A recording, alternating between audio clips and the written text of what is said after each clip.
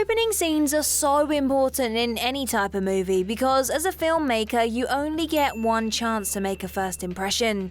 But this is perhaps especially important in the horror genre where the first scene needs to set the tone and mood and lock the audience in for the white-knuckle thrill ride to follow. So with that being said, I'm Jem from WhatCulture.com and here are 10 more horror movie openings that get worse the more you think about it. Number 10. A Quiet Place. A Quiet Place's opening scene is absolutely devastating, as the Abbott family witnessed the loss of their youngest son, Beau, played by Cade Woodward, when his toy space shuttle made a noise which causes one of the alien creatures to attack him. It sets a chilling, anyone can die precedent for the rest of the movie, and while we swiftly cut to 1 year later, the fallout of Beau's death is worth thinking about for a minute or two. First and foremost, none of the Abbott family were allowed to properly grieve Beau's death. Even in the seconds after he was killed, they evidently had to stifle their natural cries of anguish, internalizing all that visceral pain to avoid becoming victims themselves. Worse still, they presumably couldn't even hold a conventional funeral for their boy, settling instead for leaving a makeshift memorial at the site where he died. That's a whole lot of unchecked trauma right there.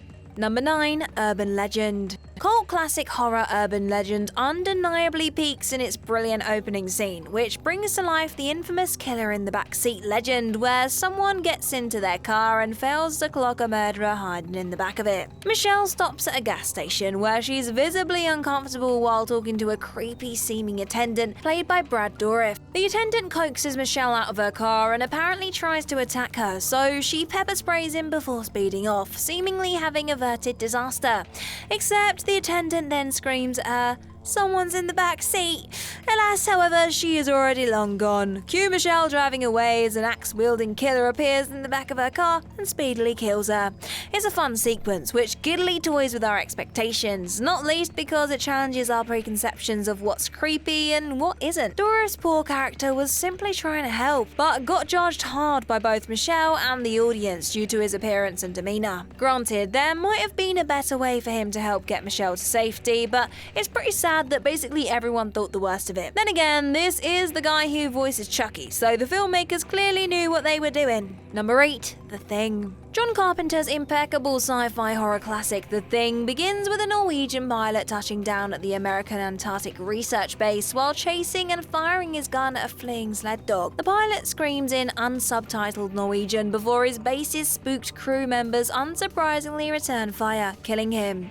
But it turns out the pilot was simply trying to put down the dog because it was infected with the titular shape-shifting force. The pilot actually says, "Get the hell away from that thing, that's not a dog, it's some sort of thing. It's imitating a dog. It isn't real. Get away, you idiots."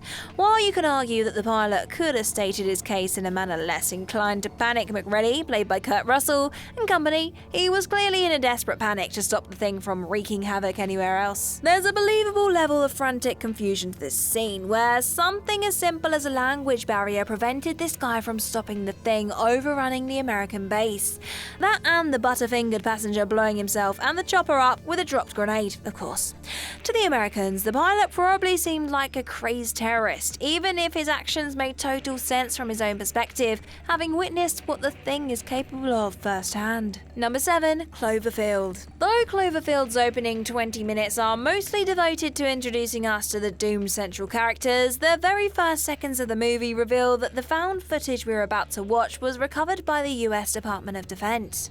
Moreover, the text states that the camera was retrieved at an incident site, referred to as area formerly known as Central Park. That instantly lets the audience know that something very, very bad is going to happen to New York City Central Park before the film's end, because if it's no longer known by that name, then it's very clearly been wiped off the map. And of course, that's absolutely what happens in the film's ending when the Hammer Down Protocol annihilates Manhattan and evidently Central Park in an attempt to kill the titular monster. Given that the film ends immediately after the bombs are dropped, though, we're left to consider what the aftermath looks like for ourselves. Clearly, Central Park is no more, and presumably a large chunk of New York City, but What has been erected in its place? A memorial, or were efforts made to rebuild Central Park? Number 6. Ghost Ship. Ghost Ship is best remembered for its awesome opening scene, set in 1962 aboard the ocean liner the Antonia Graza. Passengers are dancing the night away just as the hand of an unknown person pulls a lever, sending a spool of razor wire cutting across the deck. Seconds later, we see dozens of passengers and crew members get cut in half, all in front of a young girl, Katie, played by Emily Browning, who is only spared because she was too short to get bisected by said wire. As if that isn't traumatic enough for Katie, she's then got to endure the fact that she's now left more or less alone on a ship with dozens of corpses, a nightmare predicament for anyone, let alone a young child. And it gets even worse once we learn that Katie is herself murdered after this, even if she ultimately resurfaces as a ghost to help the heroes. Number 5. Halloween Resurrection. Few horror movie openings have ever infuriated a fan base quite like Halloween Resurrection, which kicked off by revealing that Michael Myers' death at the end of the last movie was a total sham. We thought we saw Laurie Strode, played by Jamie Lee Curtis, decapitate Mikey with an axe at the end of Halloween H2O, but the start of Resurrection reveals that the shape incapacitated a paramedic and switched clothes with him at the last minute, even crushing him to make sure he couldn't cry out for help.